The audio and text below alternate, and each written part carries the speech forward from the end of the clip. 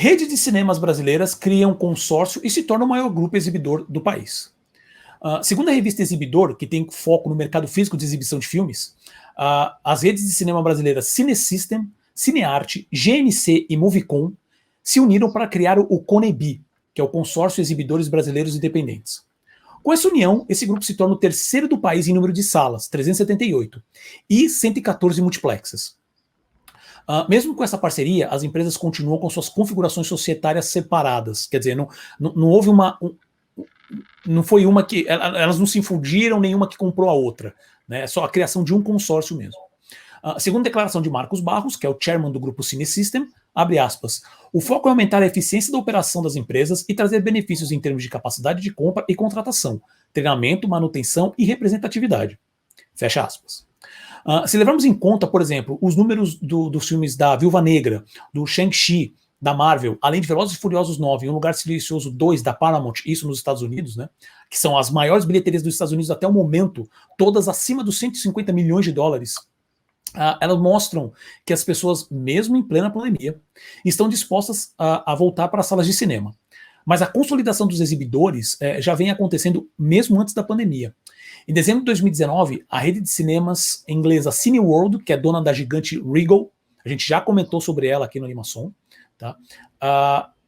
Adquiriu a canadense Cineplex em um acordo de 1,6 bilhão de dólares, se transformando na maior cadeia dos Estados Unidos e na segunda do mundo. Agora, em julho, a rede AMC anunciou a compra de salas em 2 multiplexes, um em Los Angeles e outro na cidade de Glendale, que faziam parte da Pacific Theatres Exhibition Corp.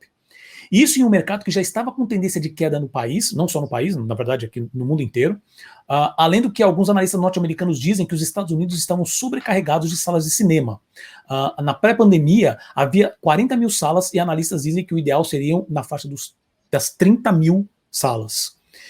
O que você acha disso, Selby? Na verdade é uma coisa que a gente já vem falando e está acontecendo. Eu tava ouvindo você falar e tava pensando aqui em coisas para não repetir, porque, inclusive, acho que a gente tem até edições que a gente discute isso bem a fundo, não lembro agora qual a edição, mas eu lembro que a gente discutiu bastante. Bom, primeiro, chamar atenção pelo fato de Velozes e Furiosos 9 ser uma grande bilheteria, né? Puxa vida, 9º filme, o pessoal ainda quer ver, né? Mas o povo precisa de distração, né? Fazer o quê, né? Mas putz grila, né? Eu mesmo falo assim, eu sempre achei que o último filme ia ser o terceiro, né? O tal do Tokyo Drift, que a galera foi mal de bilheteria, a galera detonou. E aí parece que, não sei, deu o segundo. Vamos fazer o seguinte, vamos fazer o quarto só para o último tiro. E aí o negócio estourou. E aí desde então só aumenta a bilheteria. Eu não entendo, porque eu mesmo só vi o primeiro. Eu vi uma história deles quererem misturar, né, um filme com uma franquia com a outra também, umas coisas muito estranhas aí que eu não quero nem falar para não se realizar. Melhor não nem citar. Do jeito que está o mercado hoje, eles podem ouvir mesmo e fazer, né?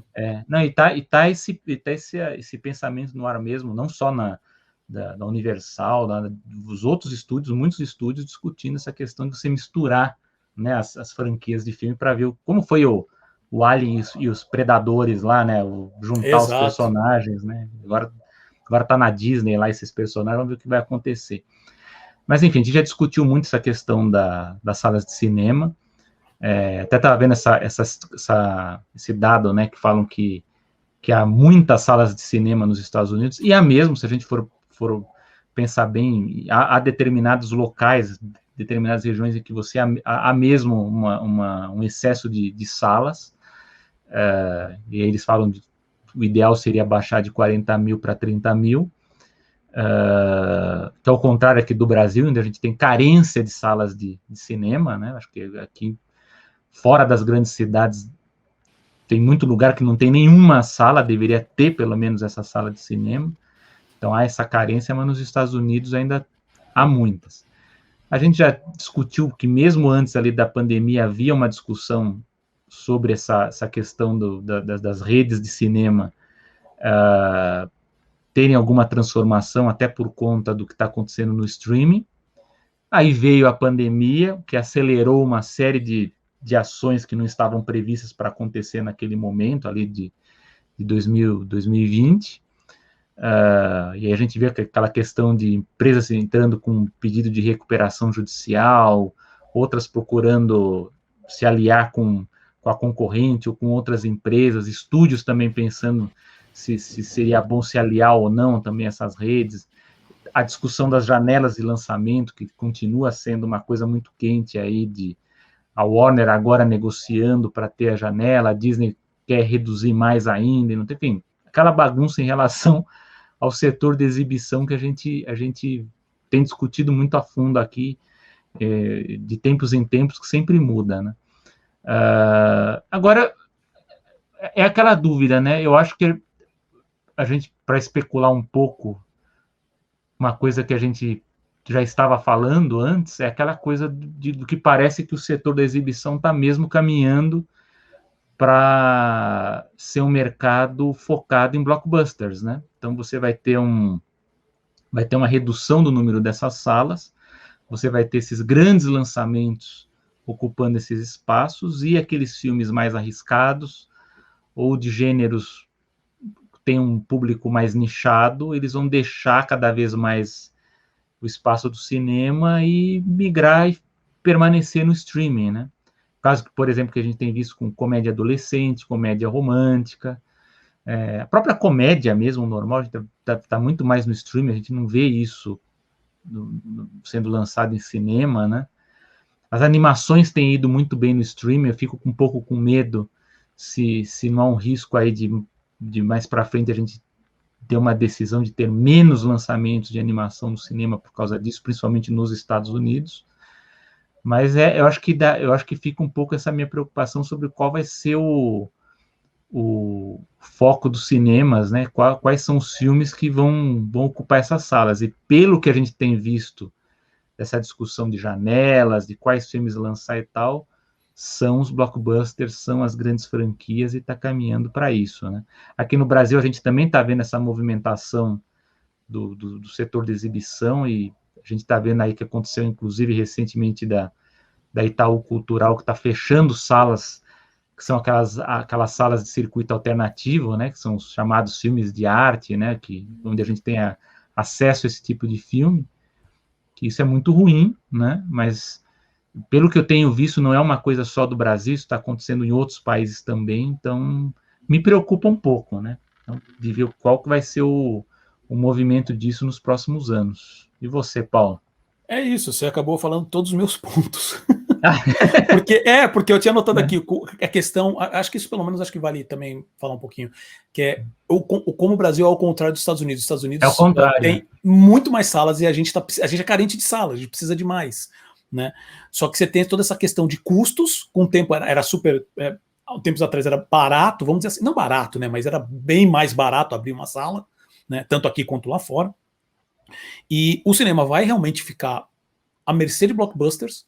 Então, eu vejo, de uma certa maneira, um bom movimento sobre a formação desse consórcio, que é justamente para bater de frente, porque você vai ter o quê? Disney, Warner, Paramount, que também nada impede dele chegar e falar, vamos discutir entre a gente qual vai ser o calendário. Essa questão de formação de... Gente, eu não estou falando que isso vai acontecer, tá? Só estou falando que existe um histórico sobre formação de cartel. Sabe, de vamos se assentar entre nós aqui, vamos sempre bater de frente a gente também num conjunto para a gente poder negociar melhor. Né? Essa é uma coisa que a gente já vem falando também, eu venho falando principalmente já faz um tempo, né? A gente alguma edição próxima da animação falar especificamente sobre aquela questão da formação de cartel nos Estados Unidos, que a Disney, Pixar, a DreamWorks, né? A Sony no início brigou pra caramba para não participar, e porque pode ser possível. Porque assim, as pessoas querem voltar nos cinemas. Isso é uma coisa boa. Não sei se o horário é bom para isso. Né? E tudo bem que a situação dos Estados Unidos está diferente da nossa aqui. Mas esses números mostram... Assim, você pode ver os últimos top 10 pós-pandemia, né? São só blockbusters. Você não acha mais nenhum filme, esse aqui foi um filme médio, que ganhou uma força. Pelo menos, tudo bem, estamos alguns meses, né, nesse ritmo. Mas é só os filmes blockbusters. Isso provavelmente vai se repetir aqui também. Né? E eu ia mencionar essa questão do Itaú Cultural como sendo justamente o exemplo disso. Se até o Itaú Cultural está pensando em fechar salas, tudo bem que a ideia ali era justamente não Não sei, agora eu tô colocando um pouco da minha visão sobre isso. Porque se tem um patrocínio do Itaú, é para uma questão de manutenção da arte, vamos dizer assim. Então, justamente, é manter esses espaços abertos para filmes que não têm esse acesso. Ainda assim, como um banco e uma empresa nesse mundo capitalista, eles devem colocar no papel e falar assim, tudo bem, eu até posso pensar, obviamente que eles estão pensando assim, quanto que eu posso ganhar mesmo nessa coisa sendo num apoio cultural. Mas mesmo que não seja, eles falam assim, pô, tem um limite onde eu posso investir. E agora talvez não esteja valendo. E eu entendo ainda mais aqui no Brasil, porque o pessoal não está indo no cinema aqui. É muito pouco. É muito, muito pouco. Paulo, eu até ia chamar a atenção para uma coisa que eu acho que também difere um pouco dos Estados Unidos, embora lá existam salas de cinema que sejam caras, né? Que tem todas as categorias lá de conforto. Mas eu acho que o que pesa aqui no Brasil também é o preço da experiência cinema. Por quê? Porque nós não temos cinemas de rua. Você vai para os Estados Unidos, você vai para Los Angeles, Nova York, você tem redes de cinema que dão para a rua. Então não é um shopping, né? É o cinema. Aqui não, em São Paulo, no Rio e tal, as pessoas vão no shopping. E aí você tem custo de estacionamento, custo para você comer, se você for almoçar ou jantar, enfim, você vai passar um tempo no shopping. Custo do combustível, a gente sabe que no Brasil a gasolina está muito alta nesse momento, né? Estamos em 2021. Então você vai somando isso, a experiência cinema no Brasil, ela proporcionalmente ela é muito mais cara que nos Estados Unidos.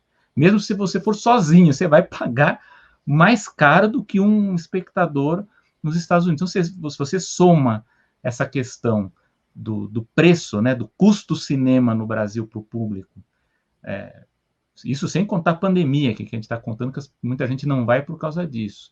E você também tem uma política cultural também muito bagunçada, porque a gente sabe bem que essa política de meia entrada ela é viciada, né? Ela não funciona do jeito que ela tem que funcionar, porque a grande verdade é que em boa parte dos eventos culturais, essa metade, na verdade, já é o preço normal, eles fazem uma conta ali justamente para compensar. Então, eu acho que deveria ser... O mercado se adaptou à lei.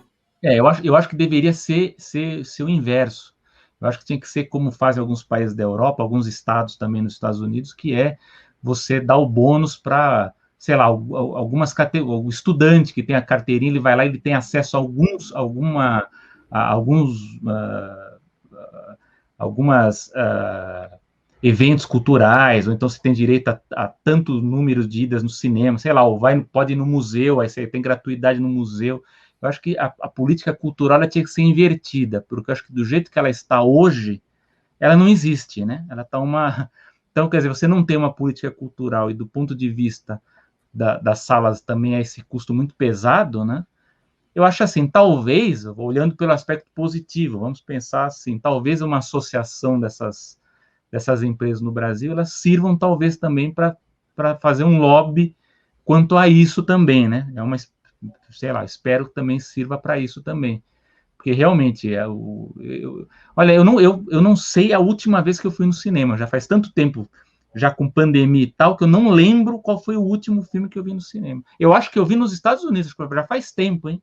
Eu acho que foi o Star Wars. Você estava nos Estados Unidos, você estava nos Estados Unidos no fim de 2019, 2019, né? Acho que foi lá. Agora, no Brasil, eu não lembro qual foi o último filme que eu assisti aqui.